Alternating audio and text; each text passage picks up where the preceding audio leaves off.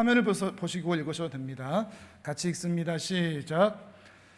비록 무화과 나무가 무성하지 못하며 포도나무에 열매가 없으며 감람나무에 소출이 없으며 밭에 먹을 것이 없으며 우리의 양이 없으며 외양간에 소가 없을지라도 나는 여호와로 말미암아 즐거워하며 나의 구원의 하나님으로 말미암아 기뻐하리로다.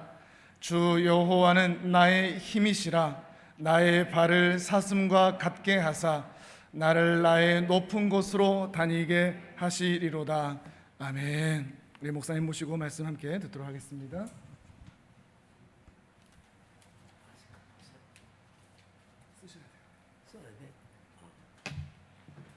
그럼 물은 어떻게 먹어?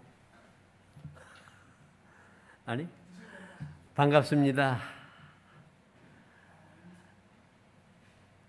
오늘 보니까 대단하신 성도님들이세요. 하늘을 품었잖아. 하늘 품은 교회답게 우리 청년 세대를 품으시고 참 멋있어요. 우리 박성호 목사님은 학교하고 저 같이 다니면서 졸업한 후에 이렇게 사역하시는 걸 늘 제가 봐요. 참 존경스럽고 훌륭하구나.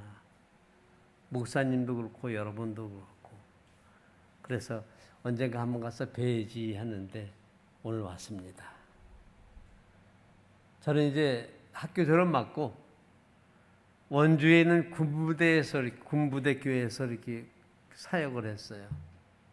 그래서 군인들만 이렇게 만나다가 은퇴하고 지금은 대동교회 협동 목사로 사역을 하고 있습니다. 오늘 이렇게 만나 뵙게 돼서 반갑습니다. 기도하겠습니다. 하나님, 오늘 이렇게 우리가 하나님 앞에 올 수 있도록 모든 여건을 허락하여 주신 하나님께 감사드립니다. 이 시간은 우리 마음을 붙잡아 주시고 인도하여 주셔서 온전하게 하나님께 경배와 찬양과 감사를 올려드리는 예배되도록 은혜 허락하여 주시옵소서. 예수님의 이름으로 기도드립니다. 아멘. 우리 학생들도 있고 어르신들도 계시고 우리 학생들은 말씀이 어려울 수도 있어요. 아까 목사님이 읽어주신 이 하박국서는 그 말씀은 하박국이라는 선지자가 한 신앙 고백이에요. 제가 한번 다시 읽어볼게요. 비록 무화과 나무가 무성하지 못하며 포도나무에 열매가 없으며 감람나무에 소출이 없으며 밭에 먹을 것이 없으며 우리의 양이 없으며 외양간에 소가 없을지라도 나는 여호와로 말미암아 즐거워하며 나의 구원의 하나님으로 말미암아 기뻐하리로다. 주 여호와는 나의 힘이시라. 이걸 이제 내가 우리 학생들을 위해서 아주 쉽게 우리나라 말식으로 표현하면요, 직장이 없고 수입이 하나도 없고 하는 일마다 판판이 망하고 기초 수급도 안 되고 집안에 멀쩡하던 집안에 우환이 생기고 고칠 수 없는 불치병이 오고 이런 상황이 될지라도 나는 여호와로 말미암아 기뻐하리라. 즐거워하리라. 주 여호와는 나의 힘이시라. 이 얘기예요. 우리 대학생들, 고등학생들 만약에 그런 상황이 된다면은 이런 고백을 할 수 있을까요?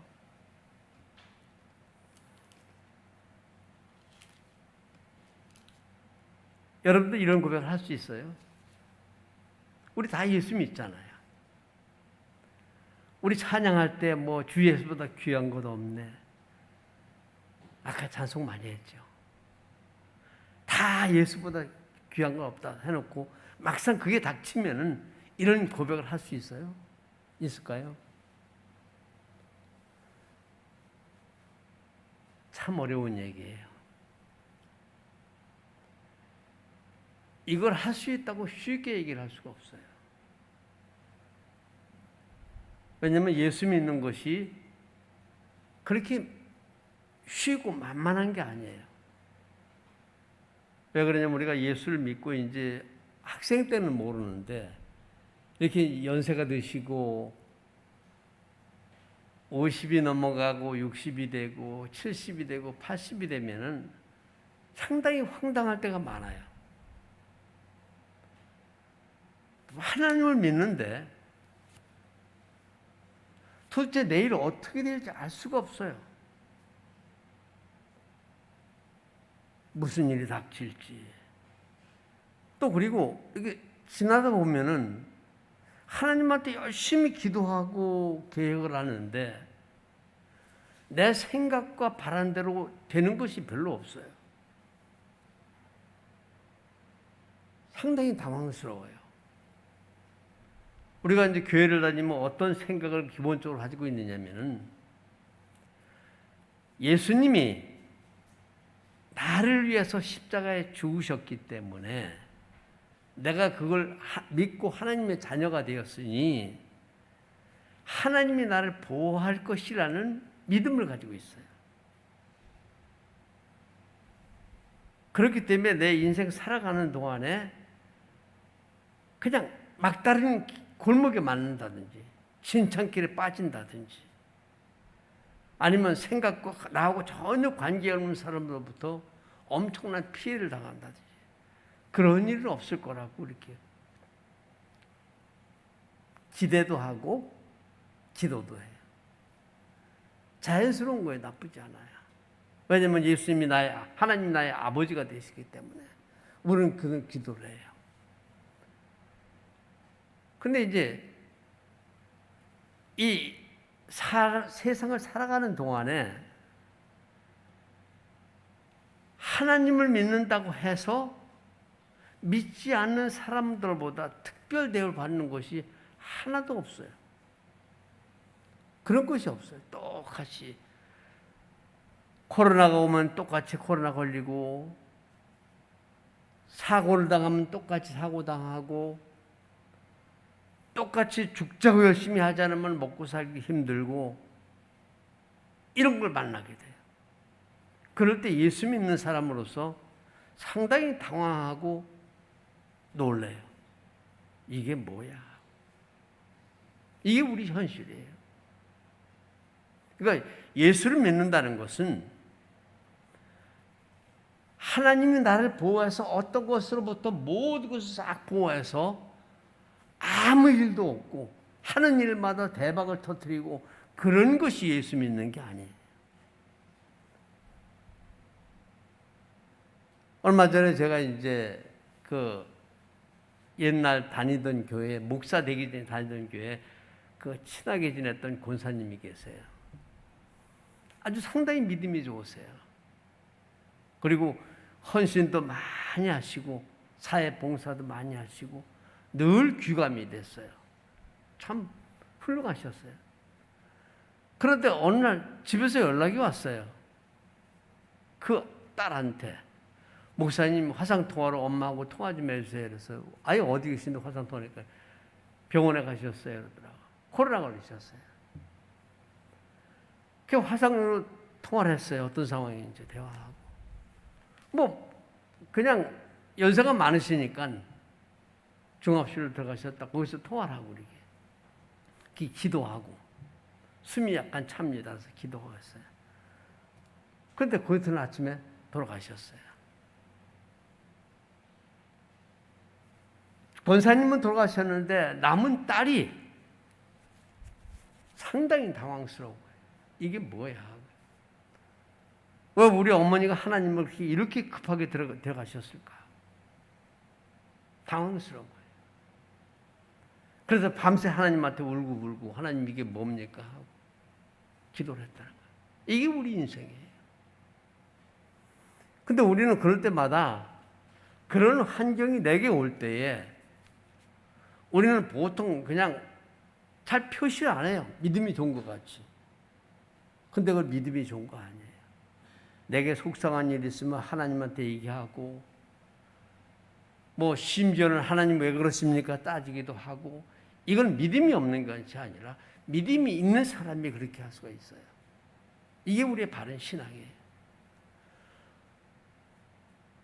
얼마 전에 여러분들 잘 아시는 아프간 사태가 들었을 거예요. 며칠 전에 아프간에 계신 선교사님한테 이렇게 메일이 왔어요. 세계 어느 누구도 아프간이 그렇게 하루아침에 무너질 줄은 몰랐어요. 근데 아프간이 무너지고 나가지고 선교사님들이 미처 빠져나오지 못한 선교사님들이 아프간에 한 300명 되신대요. 근데 그 중에 한 20명 정도가 붙잡혀가지고 그 자리에서 사형을 당해버렸어요. 길 가다 소지품을 검사해서 성경책이 나온다든지 핸드폰을 조사해서 성경에 관한 앱만 나오면 바로 그냥 처형을 해버려요. 아무도 예측하지 못한 거예요. 그러니까 거기서 있는 아프간의 선교사님이 많이 들어가가지고 청년들이 부흥이 시작돼서 신학을 하고 선교사가 6명인가 파견돼서 해요. 근데 거기서 믿던 청년들이 전부 혼란에 빠진 거예요. 하나님 왜 이러십니까? 우리가 어떻게 할까요? 이게 그 나라뿐만 아니고 우리 인생에서도 수없이 만나는 거예요. 오늘 보면은 이 하박국이라는 선지자도 우리하고 똑같은 이야기를 하는 거예요. 이게 이제 구약에 보면은 선지자가 많이 나와요.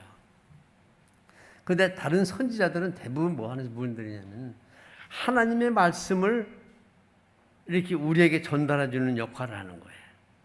하나님 이런 뜻을 갖고 계시다. 이렇게 해라. 하나님은 이런 분이시다. 그래서 우리가 상상으로 자기 마음대로 하나님을 만들지 못하도록 올바른 진짜 하나님을 보여주는 것이 선지자예요. 다른 선지자들 다 그래요. 그런데 한 사람 유독 하박국 선지자만 하나님 말씀을 우리에게 전하는 것이 아니라 우리의 속상함, 우리 사정을 하나님한테 토로하는 선지자가 하박국이에요. 하박국이 살 때 그 나라는 어땠느냐면은 굉장히 혼탁했어요. 뭐 아까 우리가 여러분들이 읽은 이 앞정의 배경에 보면은 얼마나 혼탁했는지 우리 하박국 1장, 2장, 2, 3절을 한번 같이 읽어보겠습니다. 자, 보고 한 절씩 같이 읽겠습니다. 여호와여 내가 부르짖어도 주께서 듣지 아니하시니 어느 때까지리까? 내가 강포로 말미암아 외쳐도 주께서 구원하지 아니하시나이다.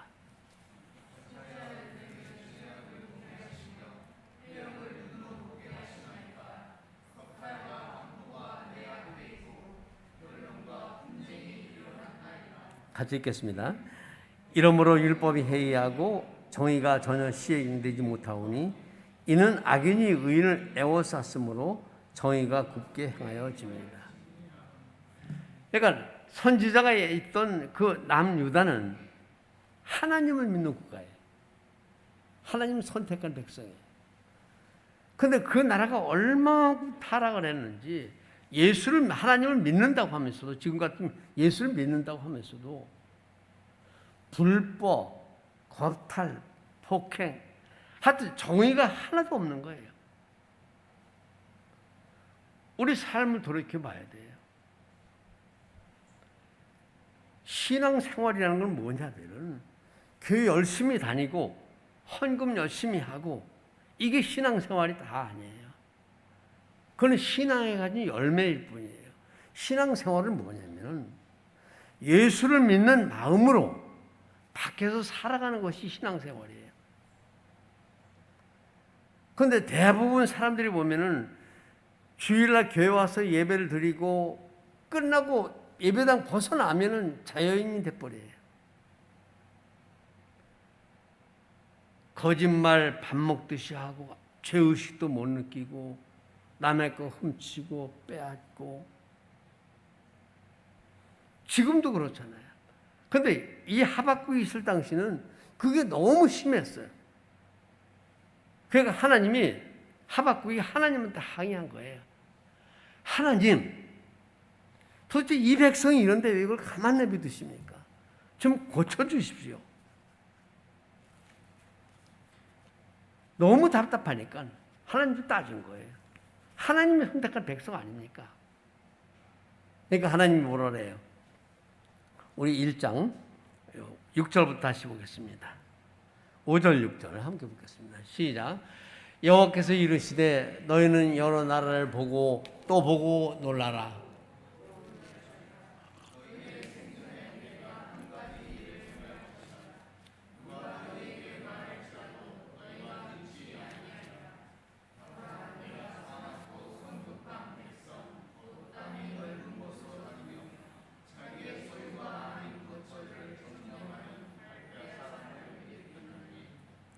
예.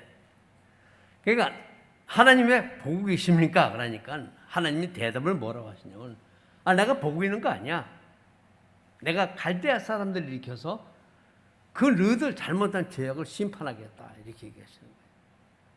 그러니까 하박국이 그 얘기를 듣고 감사합니다 하고 얘기한 것이 아니라 깜짝 놀라버렸어요. 왜 그러냐면은 갈대아는 바벨론 사람을 얘기해요. 보통 잘못을 야단칠 때에는 잘못이 없는 사람이 야단치는 거예요. 죄인을 벌할 때는 의인이 벌어야 돼요. 그런데 바벨론이 누구냐면은 유다보다 더 악하고 더 고약한 사람들이에요. 아주 나쁜 놈들이에요. 하나님이 유다를 징계하시는데 유다보다 훨씬 나쁜 이방인들 악한 사람을 들어서 혼내겠다 하시는 거예요. 그러니까 하박국이 이해가 돼요?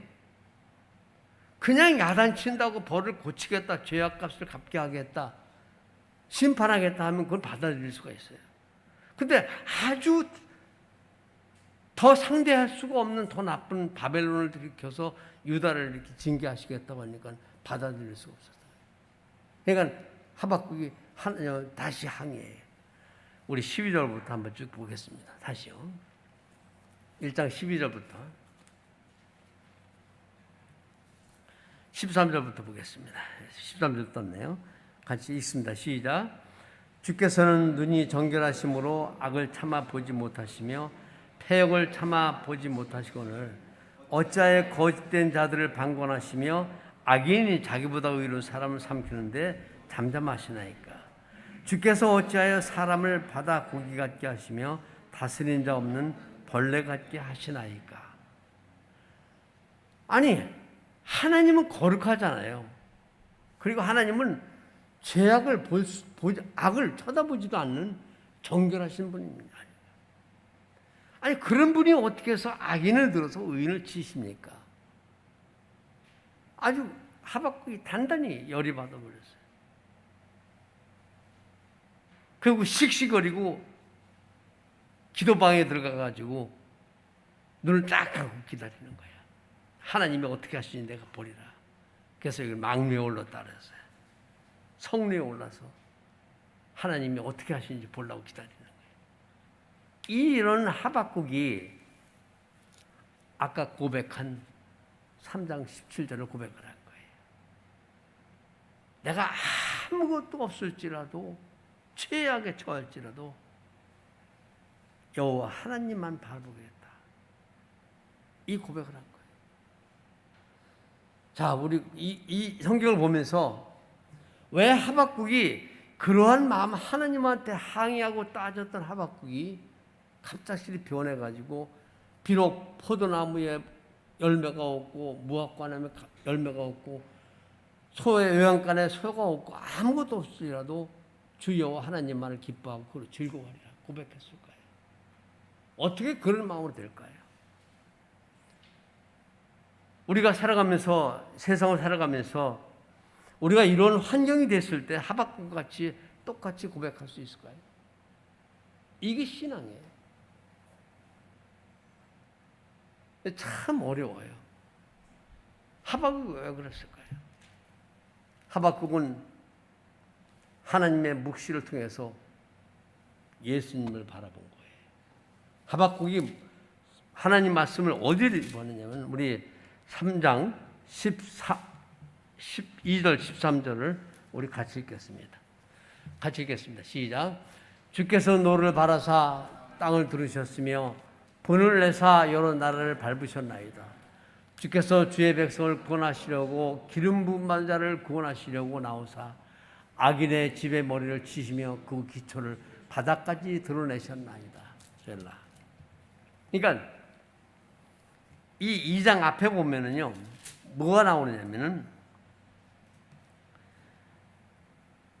너를 억누를 자들이 갑자기 일어나지 않겠느냐, 너를 괴롭힐 자들이 깨어나지 않겠느냐, 내가 그들에게 노력을 당하지 않겠느냐, 내가 여러 나라를 노력하였으므로 그 모든 민족의 남은 자가 너를 노력하리니 이는 내가 사람의 피를 흘렸으며 또 땅과 성읍과 그 안의 모든 주민에게 강포를 행하였습니다. 하나님은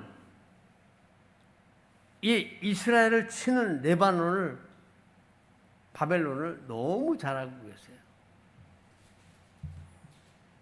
그들을 쳐서 들어서 이스라엘의 죄악을 심판하지만 그들이 어떠한 민족인지를 어떤 상태인지를 하박국이 아는 걸 이상으로 정확하게 알고 있어요.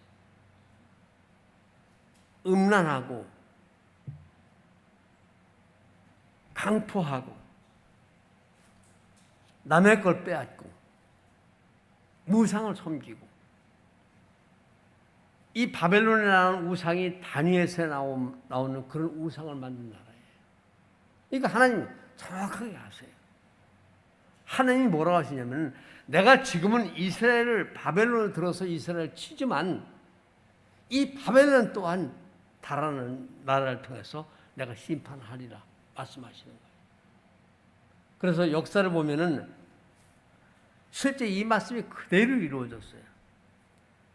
그러면서 하나님이 뭐라 하냐면은 이 묵시는 정한 때가 있나니 그 종말이 속히 이루겠고 결코 거짓되지 아니하리라. 비록 더딜지라도 기다리라. 지체되지 않고 반드시 응하리라. 이 바벨론이요 유다를 무너뜨렸기 때문에 평생 강국이 될 줄 알았죠. 근데 70년 지나가지고 페르시아라는 제국이 나타나서 갑자기 바벨론이 망해버려요. 심판해버려요. 근데 그럼 페르시아가 또 몇백 년 갈 것 같아요? 불과 200년 만에 헬라 알렉산더 대왕에 의해서 그냥 무참하게 망해버려요. 알렉산더 대왕이 페르시아를 정복을 했을 때 얼마만큼 페르시아가 강했느냐면은 그 산성이 성 위에가 마차 4대가 전속력으로 달릴 만큼 튼튼하고 넓었대. 이런 나라가 30살밖에 안 되는 알렉산더 대왕이 해가지고 하루아침에 무너져 버려요. 그럼 알렉산더 대왕은 영원할 것 같았어요. 33살에 급사해버려요. 알렉산더 급사하고 나니까 로마 제국이 생겨버려요. 이 로마 제국이 왜 왔을까요? 그 로마 제국을 통해서 죄를 심판하기 위해서 예수 그리스도가 온 거예요. 그 당시에 살던 사람들은 어느 것도 이해하지 못했어요. 이렇게 역사가 뒤바뀔 때 사람들은 이것이 무슨 뜻인지 왜 우리에게 일어나는지 하면서 아무것도 몰랐지만 역사가 지나는 동안에 하나님은 이 심판을 통해서 예수 그리스도가 오신 거예요. 지금 다시 역사는 바뀌어가지고 수많은 사건들이 벌어져요. 몇 년 전만 해도 여러분들 코로나라는 건 들어보지도 못했을 거예요. 작년에 시작될 때만 해도 몇 개월만 지나면은 이 마스크를 이렇게 쓰지 않고 예배 올 수 있을 것 같았어요. 근데 1년이 지나고 2년이 돼가요. 이제 백신 맞고 끝나나 싶더니 변이가 들어와가지고 전문가들이 뭐라고 그래요? 코로나하고 우리하고는 영원히 같이 살아야 할 것 같다. 이것이 끝나면 또 어떤 것이 올지 알 수가 없어요. 역사가 어떻게 바뀔지, 내 인생이 어떻게 바뀔지 아무도 몰라요. 과연 이것이 무엇을 뜻하냐? 이것이 심판으로만 끝나는 것이 아니고 하나님이 하박국에 보여준 것은 하나님의 보이지 않는 큰 하나님 역사, 다시 영원한 죄를 심판하기 위해서 예수 그리스도가 재림하시기 위한 모든 하나님의 계획 속에 있는 거예요. 우리 삶도 마찬가지예요. 아무 일도 안 일어나고 하는 일마다 정말로 승승장구 잘 된다면 우리 신앙은 하나도 발전이 안 돼요. 하나님은 어려운 가운데서 나를 만들어 가시고 하나님을 보여주시는 거예요. 하박국이 이걸 봤어요. 이걸 보고 나니까 하박국이 어떻게 됐을까요? 우리 3장 16절을 같이 읽겠습니다. 한번 같이 읽습니다. 시작. 내가 들었으므로 내 창자가 흔들렸고 그 목소리로 말미암아 내 입술이 떨렸도다. 무리가 우리를 치러 오는 것을 환난 날을 내가 기다림으로 썩이는 것이 내 뼈에 들어왔으며 내 몸은 처소에서 떨리는도다. 그러니까 하박국이 이제 어떻게 변했느냐면은 이걸 다 듣고 나니까 무리가 우리를 치러 오는 환난 날을 내가 기다렸다는 거예요. 그러면서 하는 고백이 뭐냐면은 그들이 와서 우리를 정복하고 다 빼앗아가고 강탈한다 해도 그런 환경이 됐을 때 비록 무화과 나무가 무성하지 못하고 포도나무 열매가 없고 감람나무에 소출이 없어도 밭에 먹을 것이 없으며 우리의 양이 없으며 외양간에 소가 없을지라도 나는 하나님만 좋아합니다. 이렇게 고백하는 거예요. 왜 그럴까요? 이제 제가 이렇게 군대에서 이렇게 목회를 할 때요. 주일날 이렇게 설교를 하는데 저는 그냥 열심히 짓거리는데 앞에서 듣는 분들은 저 목사님 목소리가 왜 저래? 저렇게 말을 제대로 못해? 이렇게 들렸나 봐요. 그러니까 우리 그 교회에 있던 그 연대장 부인이 집사님이세요. 간호원 출신이에요. 이렇게 설교를 하는데 군종을 통해서 쪽지를 보냈어요. 이렇게 보니까 아이고 목사님 기도만 간단하게 하시고 빨리 내려오세요. 이상해요 몸이. 그래서 저도 이상해 보니까는 혀가 그냥 아주 힘이 들어요. 말하는데. 그래서 기도만 하고 그냥 바로 내려왔어요. 그리고 병원으로 갔어요. 블락해 서울로 이렇게 올라왔어요. 서울 병원에서 시작하니까 이쪽이 마비가 그냥 쭉 오기 시작해요. 이렇게 잘 올라가던 왼손이 요밖에 안 들어가요. 차츰 내려가요. 한 2시간 지나니까 왼쪽 발이 꼼짝도 안 해요. 말을 하려니까 혀가 움직이질 않아요. 그때 하나님도 생각이 안 났어요. 아무것도 생각이 안 나요. 내가 할 수 있는 게 아무것도 없어요. 이 뇌경색이에요. 뇌졸중이에요. 그게 하나님 은혜로 지금 이만큼 걸어다니고 말도 합니다. 근데 금년 4월 달에 이렇게 이제 숨이 차요. 일어나서 이렇게 집에 걸으면 숨이 많이 차요. 그래서 이제 병원에 갔을 때 검사할 때 숨이 차다 그랬더니 사진을 찍어보자 그래서 이제 CT를 찍었어요. 그리고 일주일 있다 결과를 보러 갔는데 의사가 이렇게 쳐다보더니 아이고 집에 가지 마시고요. 바로 응급 입원을 하도록 하겠습니다. 아, 왜 그래요? 그러니까 심장의 혈관이 관상동맥이 98% 이상이 막혀버려가지고 요 문 앞에 나가다가도 급사할 수가 있으니까 아예 그냥 집에 갈 생각도 말라고. 그래서 기다리니까 그냥 바로 그냥 전화해가지고 응급 입원을 시켰어요. 그래서 바로 수술해버렸습니다. 이게 침대에 누워서 수술실로 들어가는데 저한테 뭐가 필요했겠어요?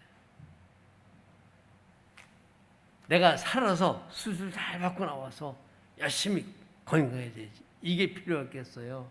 아니면은 아이고 내가 뭐하는 재산, 내가 옛날에 했던 거 과거 뭐 이게 필요하겠어요? 뭐가 필요하겠어요? 아내가 필요하겠어요? 딸이 필요하겠어요? 내가 살지 죽을지 모른다는 절명의 순간에 내게 가장 필요한 것은 세상에 아무것도 없어요. 하나님 한 분이에요. 하나님 앞하고 내가 하나님 앞에 서는 순간에 이 세상에 내가 가졌던 모든 것, 어느 것 한 가지도 도와줄 수가 없고 도움도 안 돼. 나 홀로 하나님 앞에 가는 거예요.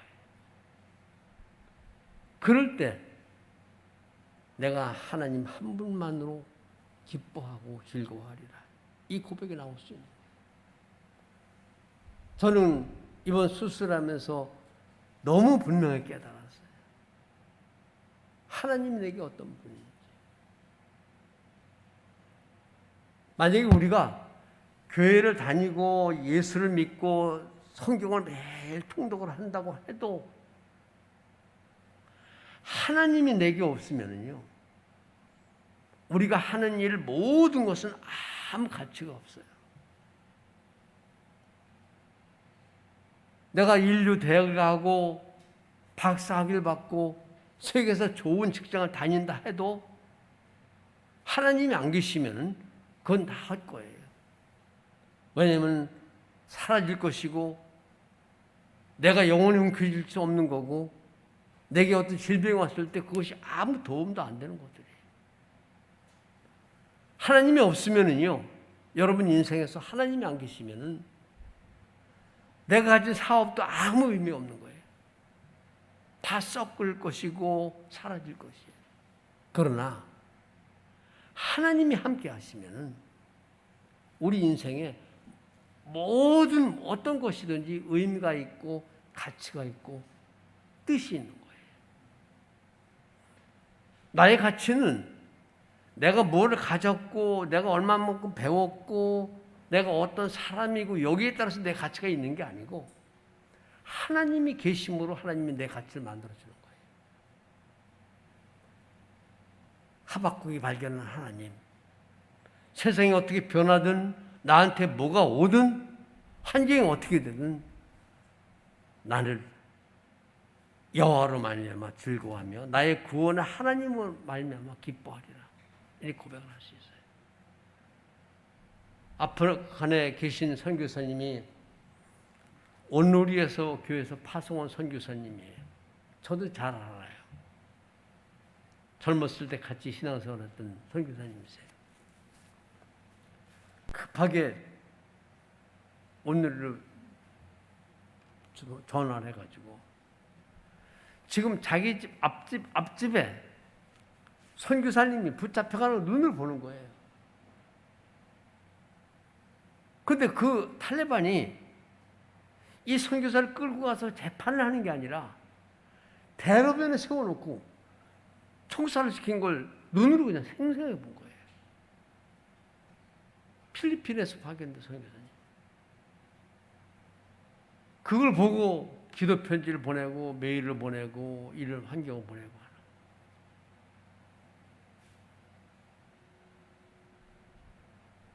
그러면서도 그 선교사님이 뭐라고 그래요?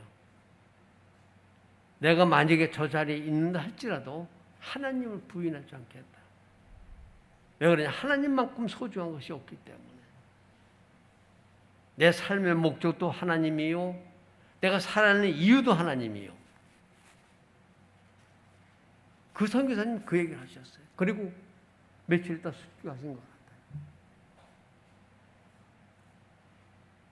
우리 하늘 품의 교회 성도님 여러분, 젊은 분도 계시고 연세든 분도 계시고 전체 어우러 참 보기 좋아요. 학생들도 같이 예배 보고 우리 삶은 앞으로 어떤 인생이 전개될지 아무도 몰라요.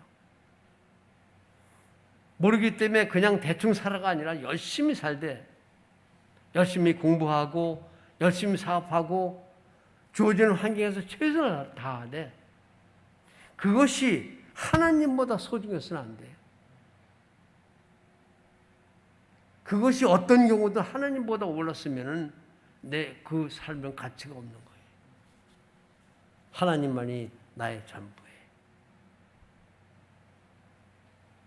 서예리 문답에 보면 이런 말이 있어요. 사람의 제일 되는 목적이 무엇입니까? 하이델베르크 소름이. 그러면서 대답이 뭐라냐면은 하나님을 영화롭게 하고 영원토록 그를 즐거워하는 것입니다. 이렇게 나와요. 나는 오늘 우리 하늘 부흥 교회 성도님들이 앞으로 이 주어진 삶을 살아가시며 이 하박국과 같은 고백을 하실 수 있길 바라요. 우리 금방 예배 전에 신앙 고백했죠. 나는 전능하신 하나님 믿사오며 그의 아들 예수 그리스도를 믿습니다. 이 사도신 신앙 고백하죠. 이 신앙 고백의 한마디로 결론이 이거예요.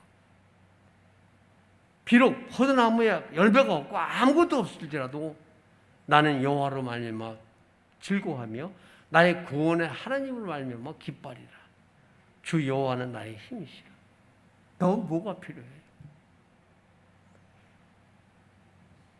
나 교회 다녀 예수 믿어. 나 세례 받았어. 아무리 백날 얘기해도 이 고백이 할 수 없다면, 하나님은 나의 힘이시다 고백할 수 없다면 그건 아무 의미가 없어요. 우리 삶에서, 여러분 인생에서 하나님이 이 고백을 듣기 원하시는 거예요. 우리 장로님도 계시고 또 권사님도 계시고 여러 연세 드신 분도 계시지만 세월이 지나보면요,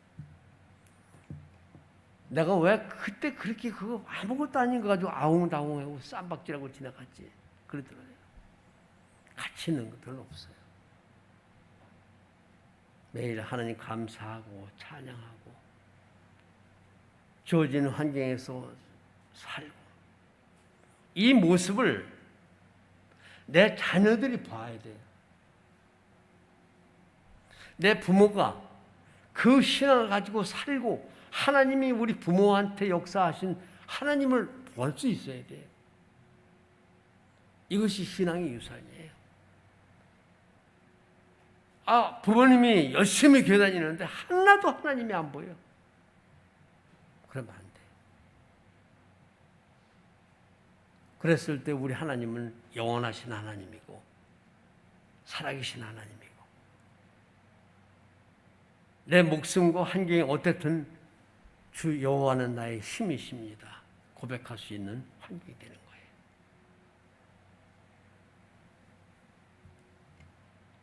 모두 이런 고백을 하실 수 있는 우리 하늘 부문 교회의 성도님들 되시기를 간절히 축원합니다. 우리 이 시간 눈을 감고 묵상하겠습니다. 그리고 우리 오늘 말씀을 보고 함께 기도하고 하겠습니다. 한번 자신을 돌아보시길 원합니다.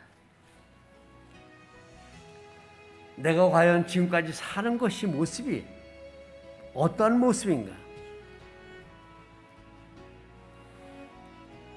만약에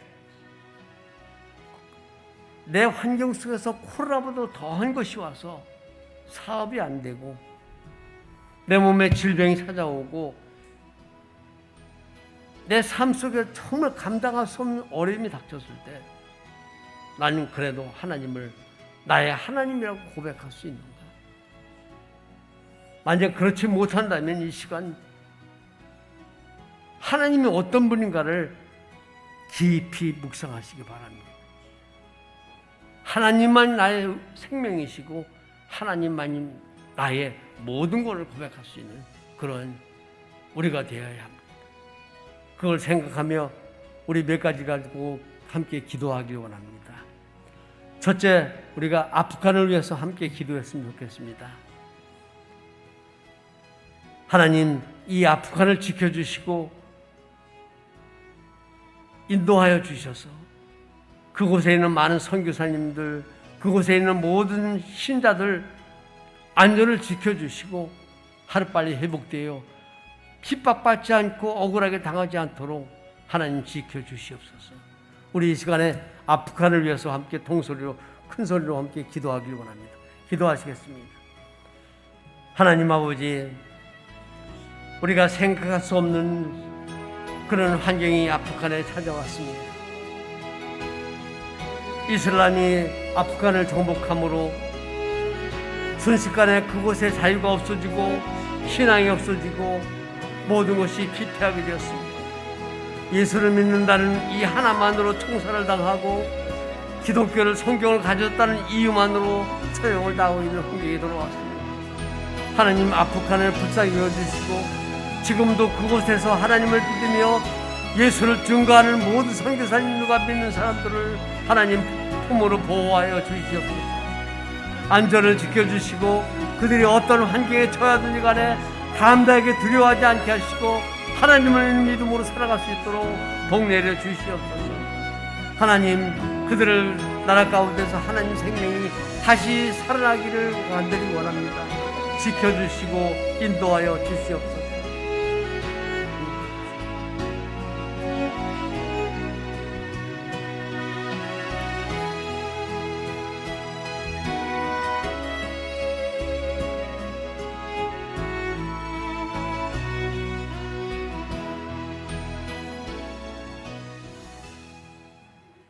또 한 가지 우리가 다 같이 기도하기 원합니다.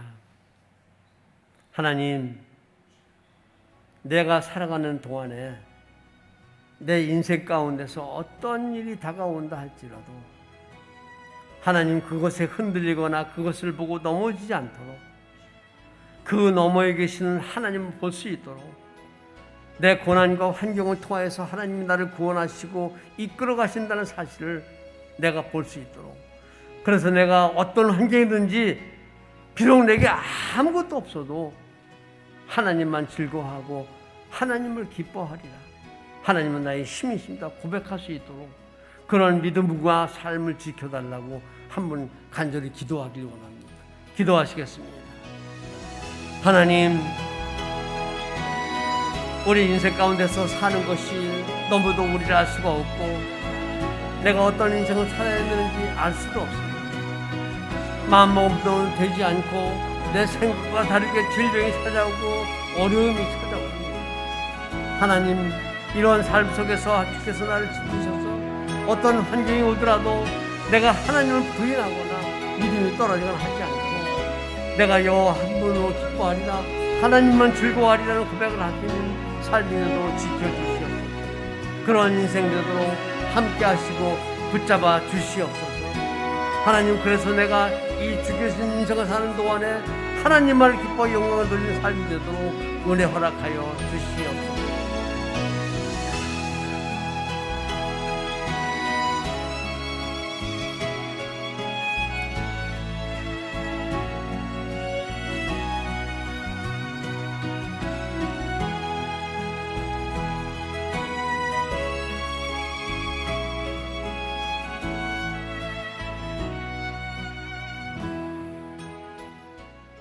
하나님, 이 아프가니스탄에서 온 세상에 놀라는 환경이 벌어지고 있습니다. 미군이 철수하자마자 순식간에 이슬람이 정복을 하여 예수를 믿는 사람들은 탄압을 하고 가방 속에 성경이 있고 핸드폰에 앱만 깔렸다는 하나만 가지고도 무참하게 총살을 당합니다. 하나님 아버지, 믿음의 예수님이 나의 구세주라는 걸 알고 흥분에 겪고 감격에 겨워서 신학을 하던 젊은 청년들이 혼란에 빠지고 그곳에서 말씀을 증거하시던 선교사님들이 죽음이라는 공포 속에 두려워 떨고 있습니다. 하나님, 이 아프간을 지켜주시고 붙잡아 주시옵소서. 텔레반이 더 이상 횡포를 부리지 않도록 막아주시고 그곳에는 선교사님들과 하나님을 믿는 모든 백성들을 안전하게 지켜주시옵소서. 그들이 어느 곳에 있든지 두려워하지 않게 하시고 함께 하시는 하나님을 만나게 하시고 하나님이 함께 계심을 알게 하시고 그래서 담대하게 하나님을 찬양하는 아프간 되도록 하나님 도와주시옵소서. 하나님, 우리 하늘 부흥 교회 성도님들 축복하고 하나님께 올려드립니다. 우리 인생이 살아가는 동안에 어떤 환경을 만나든지 간에 그 환경에 넘어지지 않게 하시고 거기에 그것을 보고 주저앉지 않게 하시고 그 환경을 통해서 나를 만져가시고 나를 세워가시는 하나님을 발견하고 내 인생의 주인은 하나님이다. 하나님만 있으면 된다 하는 담대한 믿음을 가질 수 있도록 한 사람 한 사람 붙잡으시고 축복하여 주옵소서. 그래서 우리가 살아가는 동안에 주 여호와는 나의 힘이시여 하는 고백을 평생 할 수 있도록 은혜를 허락하여 주시옵소서. 그런 삶을 되도록 축복하실 하나님을 찬양하며 예수님의 이름으로 기도드립니다. 아멘.